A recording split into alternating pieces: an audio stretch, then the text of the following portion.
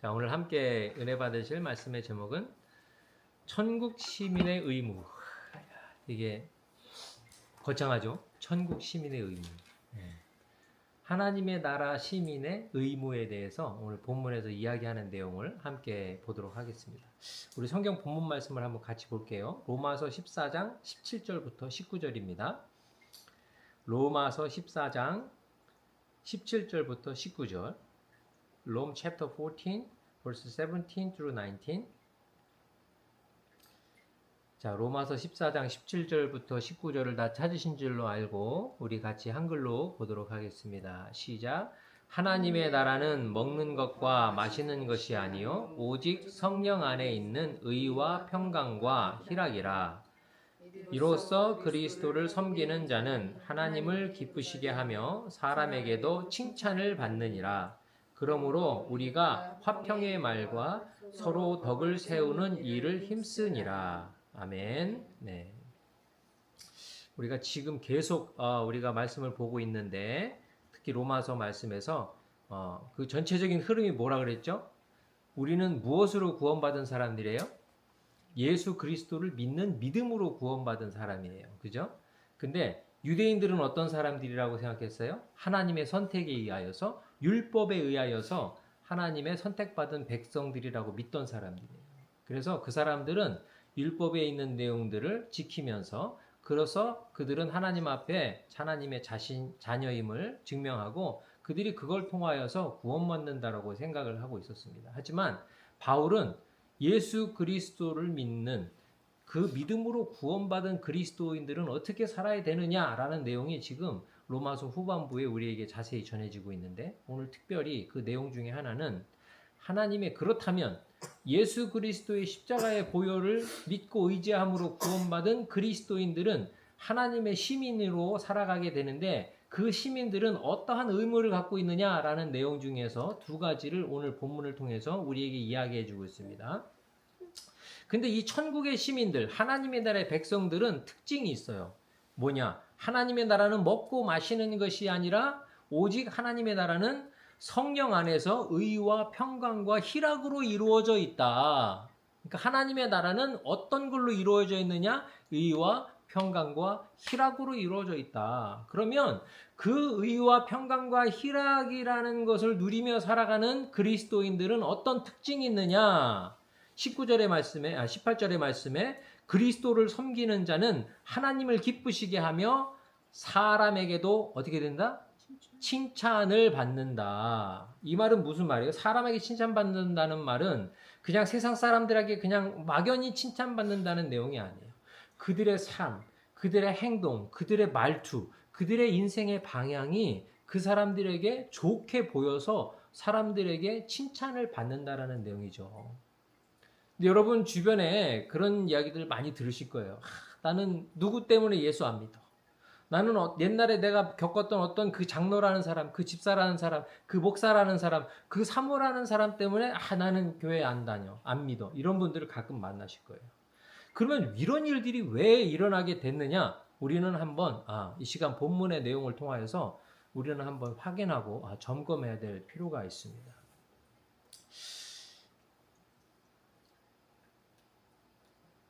우리 미국에 살고 있는 사람들은 미국 시민들이 갖고 있는 의무가 있어요. 그죠? 미국 시민에 대한 의무. 우리 연호 형제도 얼마 전에 시민권 시험을 패스했기 때문에 그 미국 시민의 의무가 혹시 생각나는 거 있으면 어떤 게 있을까요? 전쟁이 났을 때 전쟁이 났을 때 미국 편에 서서 네, 미국 편에 서서 서포트하는 그런 의무라든가 이게 부담스럽겠다. 한국에서 군대를 마치고 왔는데 네. 그렇죠. 국방의 의무가 있어요. 시민들에게. 자, 그럼 미국의 시민권을 갖고 있는 사람들은 또 어떤 의무가 있어요? 보트? 그렇죠. 크게 두 가지로 나누죠. 법령에 관한. 그러니까 이 미국의 법을 준수하고, 그러니까 미국의 법 중에 뭐예요? 납세라든가 뭐 여러 가지 법을 준수하고 또 배심원으로 참관해서 재판을 돕고 하는 그런 법적인 의무가 있고, 시민의 자율적인 참여를 통하여서 행해야 되는 의무가 있어요. 그죠? 보팅이라든가 선거라든가 뭐 그런 것들. 그러니까 미국에 살아간다는 것이 그냥 나는 그냥 미국에 살아라고 하는 걸로 끝나는 게 아니라 이런 시민의 의무를 감당할 때에 미국 시민권자로서의 권리 또한 누릴 수 있는 거죠. 그 의무를 다할 때에 권리가 누려지는 거예요. 그죠? 당연한 거예요. 그거는. 그러니까 그냥 의무를 행하지 않고 권리만 누리려고 한다면 그 사람들은 어떻게 돼요? 법의 제재를 받을 수가 있겠죠. 돈을 버는데 세금을 안 내. 그럼 어떻게 해요? 그거는 법의 심판을 받게 되죠. 더 많은 페널티를 물거나 아니면 심한 경우에는 감옥을 가기도 합니다. 즉 여기서 제가 생각하는 것 중에 하나는 뭐냐면 많은 그리스도인들이 하나님의 나라에 사는 은혜와 그 축복을 누리려고 하는데 뭐를 행하지 않기 때문에 하나님 나라 시민으로서의 그 의무를 행하지 않기 때문에 저는 손가락질 받는 그리스도인들의 모습이 세상에서 나타나지 않나 우리가 한번 생각해 볼 필요가 있습니다. 여러분 하나님의 나라 천국 시민으로 살아가는 사람은 해야 되는 것들이 행동해야 되는 지침이 가장 크게 두 가지가 오늘 본문을 통해 물론 성경 안에 여러 가지 가르침이 있지만 본문은 크게 두 가지를 얘기하고 있어요. 19절의 말씀에 그러므로 우리가 화평의 일과 서로 덕을 세우는 일을 힘쓰니라. 할렐루야. 무슨 일? 첫 번째 화평의 일과 그 다음에 덕을 세우는 일에 어떻게 해야 된다고요? 힘을 써야 된다는 거예요. 힘을 써야 된다는 거예요. 여러분 힘이라는 건 뭐예요? 여러분 이 세상에 물리의 법칙이 있어요. 작용과 반작용의 법칙. 모든 물체는 정지에 있으려고 해요. 그죠? 중력에 의하여서. 하지만 이 물체가 움직이기 위해서는 뭐가 필요해요? force, 힘이 필요한 거예요. 그 물체를 움직이기 위한 적정한 힘이 그 물체에 가해졌을 때에 그 물체는 A라는 지점에서 B 지점으로 옮겨지게 되어 있어요. 저와 여러분은 어떻습니까? 성향상, 성질상 우리는 다른 사람들과 화평하길 원해요? 다른 사람들과 정말 다른 사람에게 덕을 쌓기를 원합니까? 그렇지 않아요. 나 싫다는 사람 안 보면 되고 내가 손아보는 건 조금이라도 하기 싫은 게 사실 저와 여러분의 성향일 수 있습니다.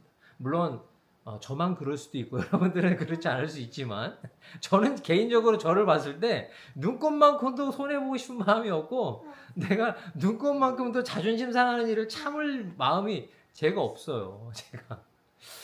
제가 이건 참 창피한 고백인데 지난주에 목사님들하고 축구하는 모임에 갔다가 제가 파울을 당해서 넘어졌잖아요. 제가 그래서 내가 파울을 당해서 넘어진 게 너무 속상했는데 내가 파울을 대고 넘어졌는데 어떤 심판을 보던 목사님이 내가 파울이래요. 내가. 너무 억울한 거야. 파울 당해서 넘어진 것도 속상한데 내가 파울을 만들었다고 그런 거예요. 제가 기분이 어땠을 것 같아요? 예수님의 마음으로 용서하고 용납하고 그리고 그냥 게임을 했으면 좋았는데 제가 혈기가 나더라고요. 소리를 버럭 질렀어요. 내가 왜 파울이야!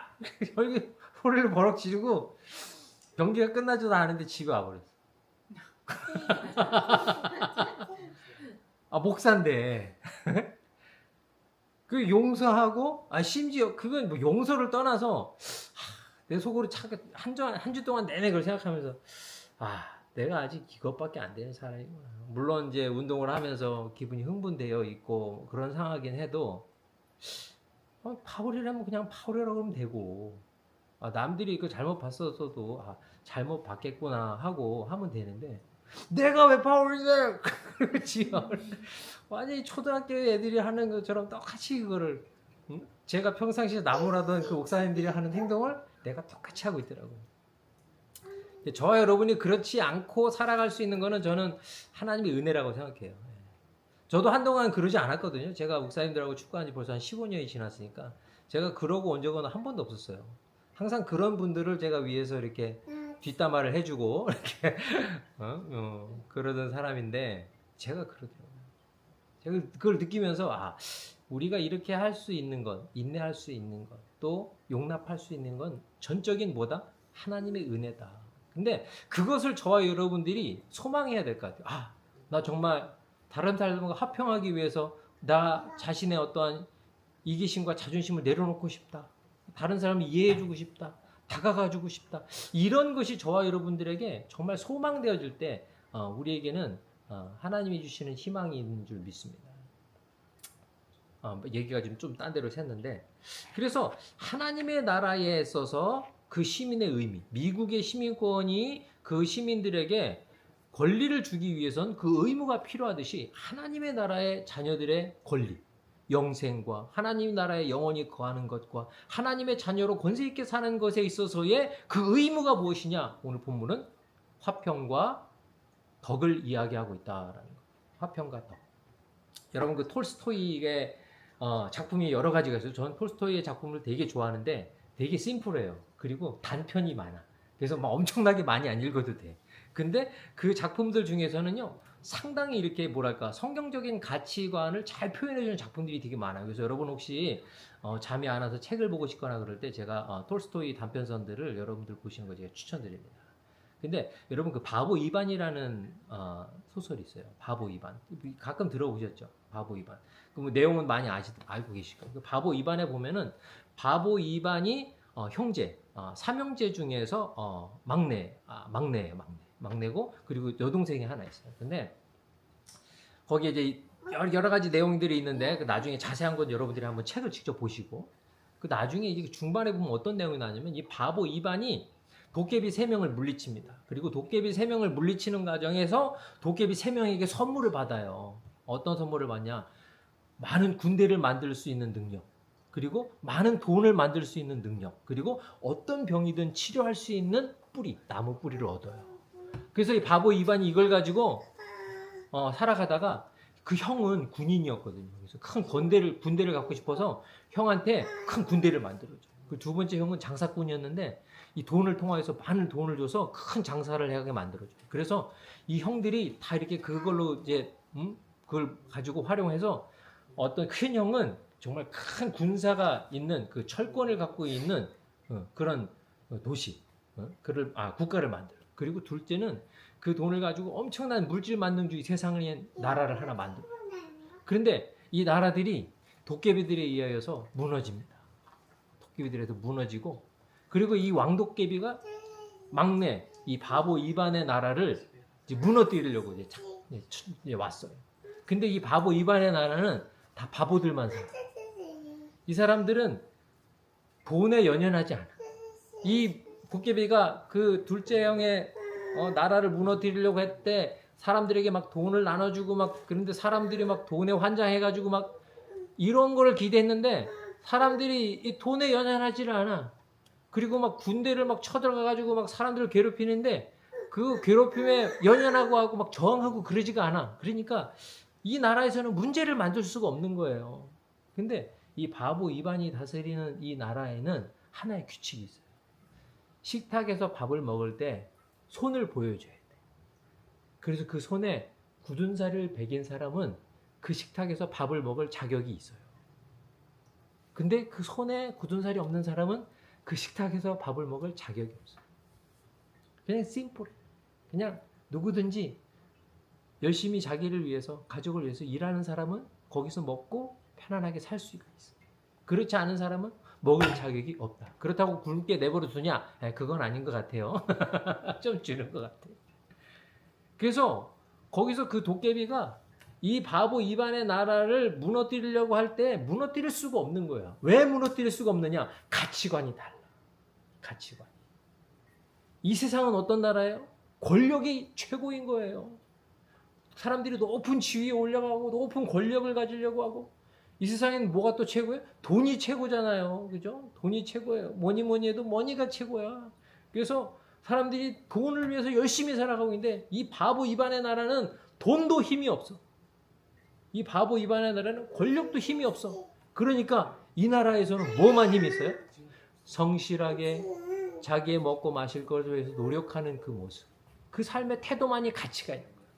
그러니까 이 나라를 넘어뜨리지 못하고 이 왕도깨비가 나중에는 쫄딱 망해가지고 땅속으로 도망을 가게 돼요. 여기서 우리가 얻는 인사이트는 뭐냐면요.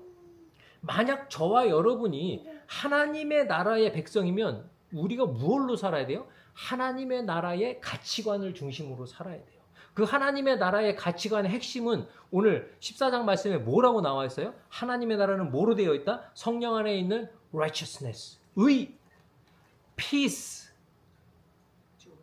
joy. 이것이 하나님의 나라의 가치. 우리가 이거를 소중하게 생각하고 살아간다면, 이것이 정말 소중하다고 생각하고 살아간다면 우리는 무엇에 힘쓸 수 있느냐? 우리는 화평과 덕에 힘을 쓸 수 있게 되는 줄 믿습니다. 할렐루야. 네. 그래서 그리스도인들이 세상 사람들과 다른 이유가 과연 뭐냐? 저 사람들이 예수 믿고 복 받아서 애들이 잘 되고 사업이 번창하고 뭐 하나님 앞에 건강을 받아서 이 땅에 잘 먹고 잘 사는 것이 그렇지 않아요. 저와 여러분이 미국의 시민으로서의 갖고 있는 증거는 뭐예요? 패스포드 하나밖에 없어요. 패스포드 하나. 독수리 그려져 있는 파란색 패스포드 하나. 그게 증거야. 그게 있으면 그 사람은 미국 시민이야. 근데 그걸 누가 가질 수 있어요? 미국 시민에게 부여된 의무와 책임을 다할 때에 그게 주어지는 거예요.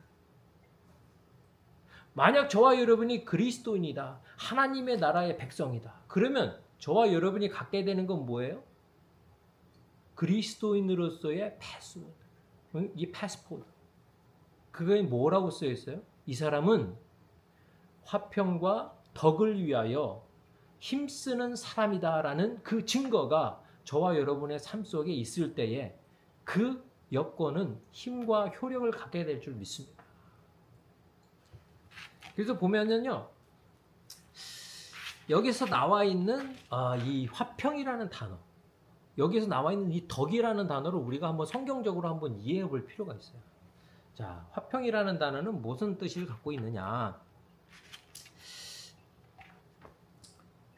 원어적으로는 이게 에이레네라는 단어의 뜻인데 헬라어인데 이건 뭐냐?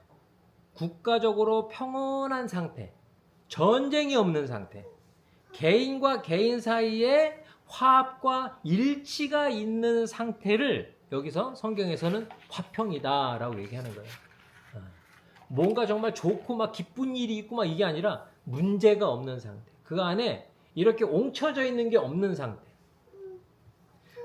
우리가 예를 들면 우리나라는 일본과 화평한 상태인가요?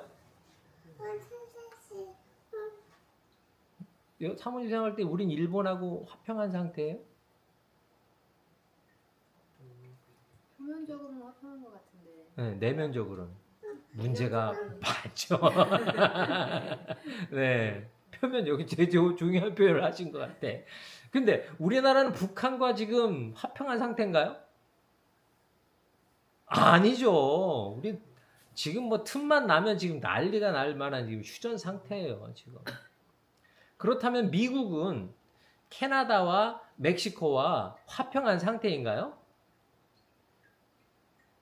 표면적으로는 그렇지만 안으로 파고 들어가면 아주 무지막지한 일들이 일어나고 있어요. 그죠? 네. 이게 우리는 이거를 화평한 상태라고 얘기할 수 있어요. 그러면 여러분과 그 남편과 아내와의 상태는 어떤 상태인가요? 표면적으로 화평한 것 같아요. 아이고 제가 여기서 건들지 말아야 될 걸 건드렸네요. 아, 예. 저희만 아니.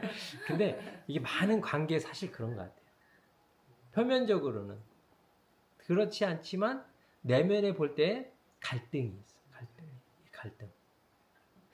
근데 여기서 하나님은 그리스도인들에게 한 가지 퀘스천을 주시는 거예요. 너가 그 갈등에서 그 관계에서 화평하기 위해서 뭘 하고 있느냐? 힘을 쓰고 있느냐? 에너지를 쓰고 있느냐? 여러분 갈등이 있는 곳에는 항상 뭐가 있어요? 이유가 있어요. 그 갈등에 대한 이유. 그 사람의 한 말, 그 사람의 하는 행동, 그 사람의 태도, 그 사람의 어떤 캐릭터 이런 것들이 갈등의 문제 요소가 될 수 있습니다. 그래서 우리는 항상 이 갈등에 직면했을 때에 우리는 뭘 봐요? 그 상대방을 보게 돼 있어요. 그 상대방을. 네가 이래서, 네가 이렇기 때문에, 네가 이러니까 이게 안 되는 거야.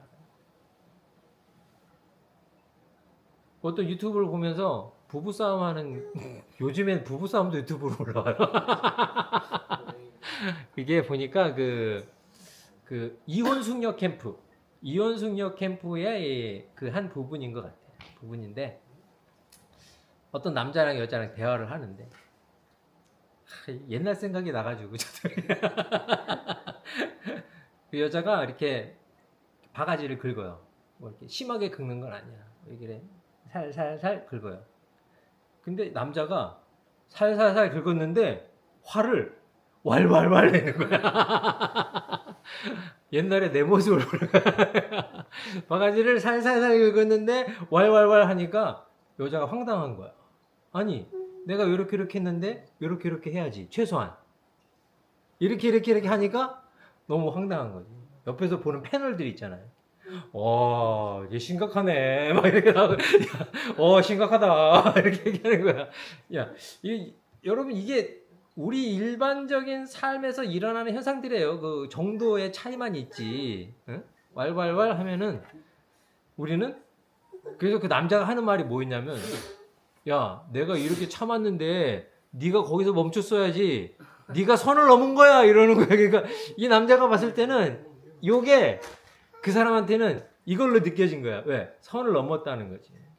그래서 이 사람에겐 정당한 이유가 있어. 왜? 네가 선을 넘었기 때문에. 그렇기 때문에 내가 왈왈왈 하는 거는 이거는 정당한 거야. 라고 생각하는 거죠. 자, 여기서 우리가 한번 생각해 볼게요. 이 화평이라는 건요. 어떨 때 우리가 이루어질 수 있냐면요. 그 상대방에 대한 잘못과 나의 잘못과의 관계 속에서 누구의 잘못을 먼저 볼 때 해결이 가능할 수 있을까요? 너무 잘하신다. 브라보. 제가 문제입니다. 아이고 할렐루야. 오늘 성령이 역사하셨네. 이게 맞아요. 이게 정답이에요. 그리스도인들에게는요. 우리가 가끔 그런 실수를 해요. 네가 이렇게만 하면 내가 이렇게 할 텐데. 이렇게 하면 우리가 이렇게 될 텐데. 우리는 이런 상상을 항상 꿈꿔요. 근데 그런 일을 절대 일어나지 않아요. 어떤 일이 우리에게는 성경을 통해서 주어지냐면요. 그 사람이 이렇게 했을 때 내가 이걸 참는 게 성경적 가르침이 아니에요. 이걸 참으면 안 돼요. 이걸 절대 참으면 안 돼요. 예수님이 이거에 대한 직접적인 가르침이 있어요. 마태복음 5장 39절 42절에 예수님께서 오른뺨을 치거든 왼편도 돌려대며 속옷을 가지고자 하는 자에게는 거젓까지도 가지게 하라. 할렐루야. 우리는 뭐예요? 네가 오른뺨을 치면 그래 내가 그리스도인님께 참을게. 이게 우리가 생각할 수 있는 최대의 마지노선. 이게. 근데 예수님은 뭐래요? 오른뺨을 치면 야, 너 오른뺨만 때려갖고 화가 풀리겠냐? 자, 왼쪽도 때려. 여러분, 왼쪽도 때려. 야, 너 잠바 좀 줄래? 그럼 야, 잠바만 있으면 어떡해? 내 속옷도 같이 입어. 이게 패키지야. 이거 같이 입어야 뽀대나. 이걸 누구의 입장을 먼저 생각하는 거예요? 상대방의 입장을 먼저 생각하는 거예요. 근데 우리는 습관적으로 어떻게 생각해요? 그래, 저 사람이 겉옷을 달라니까 내가 예수님의 이름으로 겉옷을 줄게. 야, 이거 우리가 생각할 수 있는 최대한이야. 근데 예수님이 생각하는 최대한은 뭐예요? 화평을 위하여서 나 중심이 아니라 상대방 중심으로 그 사건을 바라볼 수 있는 시각을 가지라는 거예요. 나 중심이 아니라 상대방의 시각.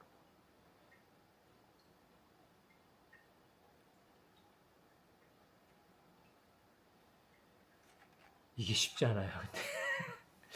제가 나중에도 한 번 더 강조를 하겠는데 여러분 그리스도인들이 우리가 항상 착각하는 게 뭐냐면요. 그래 참아야 돼. 정말 참아야 돼. 인내해야 돼. 정말 우리가 진짜 막 이렇게 해서 신앙생활을 하는 걸 우리가 착각해요. 근데 예수님께서 항상 우리에게 하시잖아요. 성령이 너에게 오시면 너희가 권능을 받고. 근데 이것을 행할 수 있는 건 사실 저와 여러분이 아니라고 저는 생각해요. 오직 성령만이 하실 수 있습니다. 언제? 저와 여러분이 성령의 충만함을 덧입을 때 이게 가능해요. 우리는 못해요. 하지만 저와 여러분이 뭘 할 수 있느냐? 성령이 우리에게 충만하게 오셔서 이 일을 행하시기를 소망할 수는 있어요. 하나님, 나는 못해요. 내가 나를 돌아봤을 때 이거 나는 못해요. 이거 나는 절대 못해요. 근데 성령님이 오시면 할 수 있습니다. 그렇기 때문에 성령님 내게 들어와 주세요. 이걸 해주세요. 화평할 수 있도록 나 중심적인 생각을 내려놓고 그 상대방을 이해하고 그 상대방의 필요를 정말 깊이 이해하고 그것을 위하여서 나를 희생할 수 있는 마음을, 그러한 행동을 할 수 있는 그 태도를 저에게 주세요 라고 이야기하는 것이 저와 여러분의 신앙의 본질인 줄 믿습니다. 우리는 도닦는 사람들이 아니에요. 우리는 정말 팥뿌리를 먹어가면서 인간이 되기 위한 곰들이 아닙니다. 저와 여러분들은요, 솔직한 성정을 갖고 있는 인간이에요. 그래서 우리들이 할 수 없는 것 솔직하게 하나님 앞에 인정하고 하나님이 원하시는 것을 우리가 정말 하기를 소망할 때에 하나님이 그러한 능력 주실 줄 믿습니다. 두 번째, 우리 본문에서 얘기하는 그리스도인들의 행할 의무, 힘써야 될 것, 덕을 세우는데 힘쓰라라고 얘기했어요. 덕. 이거 참 우리는 유교 사회에서 살았기 때문에 이 덕에 대한 어떤 그런 큰 선망이 있어요. 그죠? 어떤 사람 참 덕이 많은 사람이다. 어떤 사람은 참 덕이 부족하다. 이렇게 얘기하는 사람들이 있어요. 근데 이 덕을 이야기할 때 저는 우리가 쉽게 이야기할 때 좀 미국에 있는 또 한국에서도 있지만 이 크레딧에 대한 개념이 상당히 적절하지 않을까. 여러분 혹시 크레딧 스코어를 혹시 알고 계신가요? 여러분의 그 크레딧 스코어? 네. 하민이 너 크레딧 스코어 뭐 있어? 얼마야? 야, 생각보다 높다. 굳이 얘기 안 해도 되는데 얘기했으니까. 저도 제 크레딧 스코어를 얼마 전에 한번 메일로 받아봤는데 깜짝 놀랐어요. 제가 그렇게 크레딧이 높은지 몰랐어요. 저 이게 한참 미국에서 정착할 때에 아무리 노력을 하고 그래도 600, 700에서 그냥 왔다 갔다 했거든요. 근데 이제 좀 집도 있고 뭐 이렇게 안정적으로 생활을 하다 보니까 크레딧이 내가 생각할 수 없는 숫자까지 올라갔어요. 그래서 내가 그렇게 믿을 만한 사람이 됐구나. 내가 한 게 아니죠. 또 하나님 은혜로 또 집사람이 살림을 잘해서 이렇게 됐는데, 이것은 어느 날 하루아침에 그냥 되는 게 아니에요. 근데 이 크레딧을 쌓는 게 쉬워요, 어려워요? 어려워요. 이 크레딧을 쌓기는 정말 어려워요. 정말 그 크레딧을 라인도 그렇지만 오랫동안 그것이 딱 쌓여졌을 때에 이게 이제 크레딧 점수가 이제 유지가 되고, 그런데 이걸 무너뜨리는 건 한 방이에요, 한 방. 어느 날 내가 페이먼을 잊어버렸다. 그러면 몇십 종 팍 나가요. 그러다가 정말 뭐 불가피하게 뭐 집을 뭐 쇼세일을 하게 됐다. 뱅크럽을 하게 됐다. 그러면요, 그냥 없어지는 거예요. 없어지는 거예요. Nothing. 그래서 이 성경 그 헬라 문화에서 갖고 얘기하는 이 덕이라는 건요, 조금 더 구체적이에요. 덕이라는 거라면은 오이코 노메라는 뜻이에요. 이 오이코가 뭐냐면 오이코스, 집이라는 뜻이거든요. 도메, 사타, 집을 짓다라는 뜻이에요. 집을 짓다. 그러니까 이 덕이라는 것은 집을 짓는 것과 같은 그런 과정이 필요한 것이다라고. 어떤 사람이 덕이 있는 사람이다라는 것은 그 덕이 많이 쌓여져서 집과 같은 형태를 갖추어서 그것이 우리가 가시적으로 볼 수 있는, 그래서 그걸 부인할 수 없는 그런 상태를 얘기하는 거예요. 그래서 이 덕을 쌓다라는 것은 실질적인 거예요. 실질적인 거예요. 근데 이 덕에 있어서 가장 중요한 것은 어떻게 보면 기초와도 같아요. 기초. 예수 그리스도를 믿는 그 믿음 안에서, 그 믿음 안에서 우리가 삶의 하나하나 벽돌을 올려놓듯이 작은 우리의 말과 행위와 그리고 어떤 솔선수범함과 성실함과 우리의 착한 언행 것들이 쌓여서 하나의 집을 이루듯이 저와 여러분들이 뭘 해야 된다? 덕을 쌓는데 힘을 써야 된다라는 것이 오늘날 성경의 가르침인 것입니다. 근데 여러분, 이 덕을 쌓는다라는 것이 막연하게 우리가 정말 착한 일들을 해서 그래 내가 오늘 덕을 쌓아야지, 그래서 오늘 나는 벽돌 하나 덕을 하나 쌓아야지 이렇게 한다고 해서 쌓아지는 건가요? 그렇지 않아요. 이건요, 장기적인 플랜이 필요해요. 그리고 그 플랜을 실천할 수 있는 그런 어떤 집중력과 끈기, 그리고 그것에 대한 가치관이 변하면 안 돼요. 여러분, 집을 지을 때 정말 진짜 속상한 일들이 뭐냐면, 집을 다 졌는데 그 위치가 내가 원하는 위치가 아니야. 그러면 이거 진짜 큰일 나는 거야. 저 지금 제가 항상 저 뒤에 지은 헛간 있잖아요. 헛간. 저 창고. 내 저거를 맨날 볼 때마다 아, 저걸 내가 저기다 지었을까라는 생각. 이 생각이 저를 맨날 괴롭혀요. 왜냐면 우리 집에서 창문에서 제일 잘 보이는 자리거든. 저기에서 난 그냥 자연을 보고 나무를 보고 그냥 식물을 보고 싶은데 맨날 헛간을 보고 있는 거야. 저 헛간을 지을 때 저희가 이사를 들어와야 되는데 집이 공사가 안 끝나가지고 이삿짐 돌 데가 없는 거예요. 그래서 급하게 헛간을 지어야 되는 거예요. 그래서 헛간을 그냥 부랴부랴 한 일주일 만에 그냥 지었어요. 그리고 이삿짐을 놓고 우리는 공사를 다 끝냈죠. 그리고 공사를 다 끝내고 보니까 헛간이 저기 있네. 저거 옮길 수도 없어. 기초를 파도 저거 다 허물어야 돼. 끝났어. 그래서 우리가 어떤 건물을 올리고자 할 때는 기초를 내가 어디다가 쌓아야 될 것인가, 어떤 기초를 쌓을 것인가가 사실 제일 중요해요. 제일 중요해요. 만약 저와 여러분이 인생의 기초를 하나님의 나라에 세웠다면 저와 여러분은 잘한 거예요. 그 기초가 맞는 자리에 생긴 겁니다. 우리가 만약 여러분들의 인생의 덕을 쌓을 집을 이 땅에 지었다면, 이 세상 지었다면 물질과 권력과 번영과 행복이 기준이 되는 이 나라에 세웠다면요, 저와 여러분은 어떻게 보면은 그 로케이션을 잘못한 거예요. 바람이 불 수도 있고 풍랑이 불 수도 있고 무너질 수도 있는 위험성이 있습니다.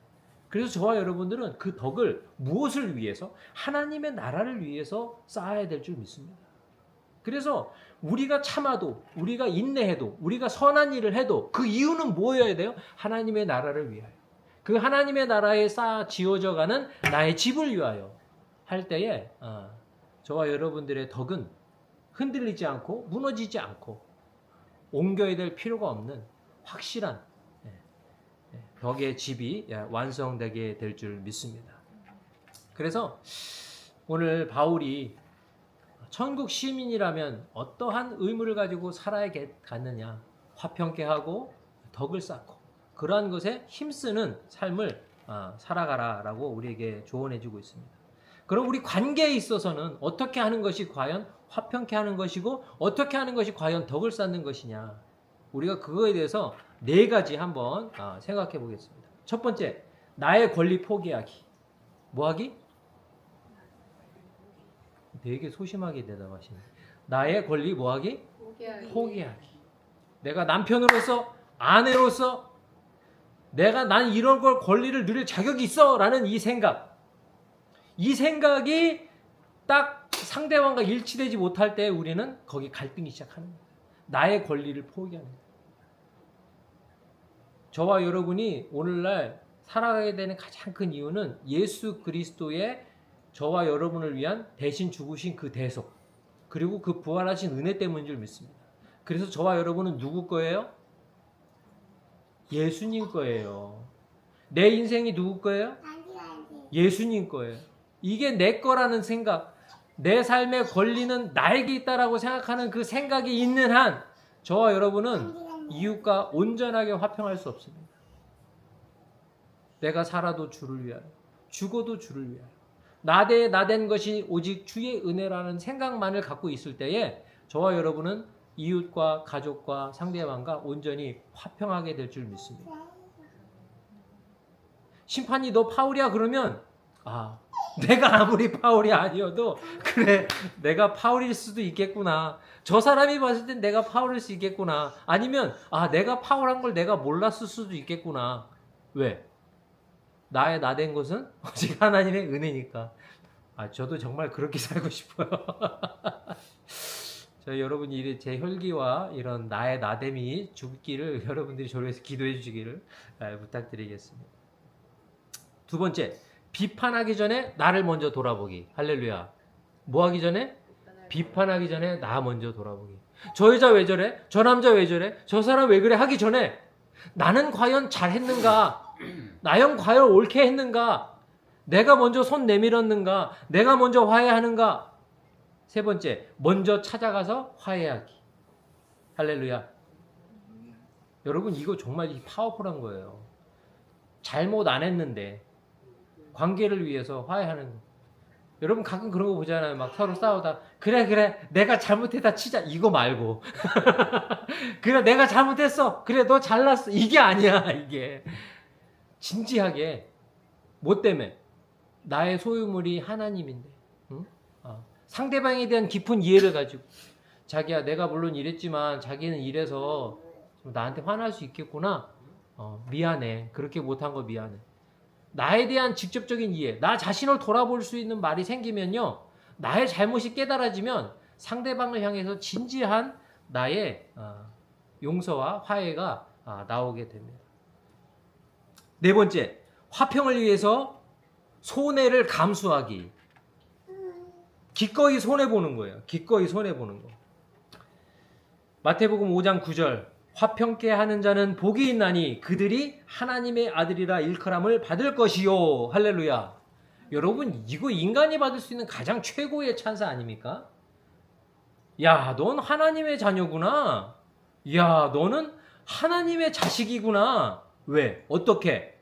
화평케 하기 위하여서 손해를 감수할 수 있을 때. 왜 이걸 우리가 하는 거예요? 하나님의 나라는 어떤 나라이기 때문에 하나님의 나라는 먹고 마시는 것이 아니오 오직 성령 안에서 의와 평강과 희락이기 때문에